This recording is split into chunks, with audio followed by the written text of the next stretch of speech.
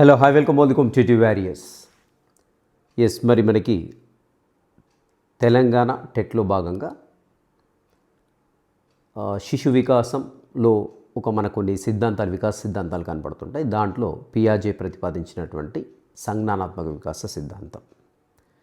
దీనిలో మనకి 4 పదాలు అయితే తరచుగా కనపడుతుంటాయి, వినపడుతుంటాయి.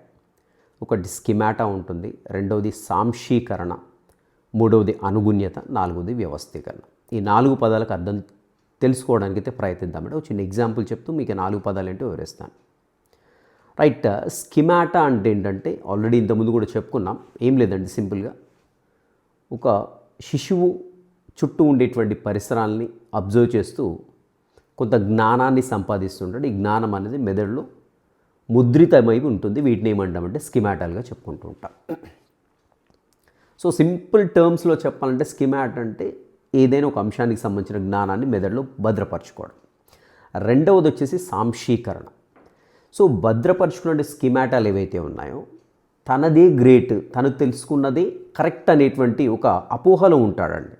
సో దాన్ని ఏమంటామంటే సాంశీకరణ అంటాం. అంటే పరిసరాల్లో తన చుట్టూ ఉండేదాన్ని గమనిస్తాడు, కానీ తన దగ్గర ఉన్న జ్ఞానమే కరెక్ట్ అనుకుంటాడు. ఉదాహరణకు ఒక విద్యార్థి గాలిలో ఎగిరేటువంటి పక్షిని కాకి అనేటువంటి విషయాన్ని తెలుసుకుంటాడు. అది తన దగ్గర ఉన్నటువంటి జ్ఞానం. సో సాంశీకరణంలో ఏమవుతుందంటే విద్యార్థి బయటికి వెళ్తాడు. వెళ్ళిన తర్వాత గాలిలో ఒక గబ్బిలం తిరుగుతూ ఉందండి. గబ్బిలాన్ని చూసి కూడా కాకే అంటాడు. సో అంటే తన దగ్గర ఉన్న జ్ఞానాన్ని అప్లై చేయడానికి, అంటే పరిసరాలతో అడ్జస్ట్ కావడానికి ట్రై చేస్తాడు, కానీ అడ్జస్ట్ కాలేడు. దీన్ని ఏమంటామంటే సాంశీకరణ అంటాం. మూడో అంశం వచ్చేసి అనుగుణ్యత అండి. అనుగుణ్యత అంటే తన దగ్గర ఉన్నటువంటి జ్ఞానాన్ని కొత్త జ్ఞానంతో కంపేర్ చేస్తాడు. కంపేర్ చేస్తే రెండింటి మధ్య డిఫరెన్స్ ఏంటనే తెలుసుకోవడం ఖచ్చితంగా తెలుసుకుంటాడు. సో ఆల్రెడీ తన కాకి గురించిన జ్ఞానం ఉన్నది, అండ్ గాలిలో ఒక గబ్బిలం ఎగురుతూ ఉంది.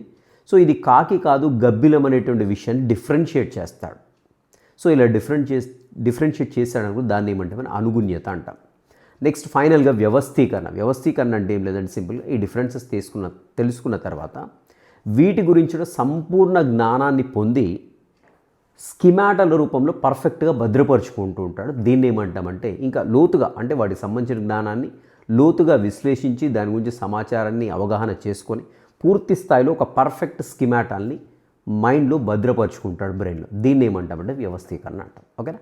I wish you all the best.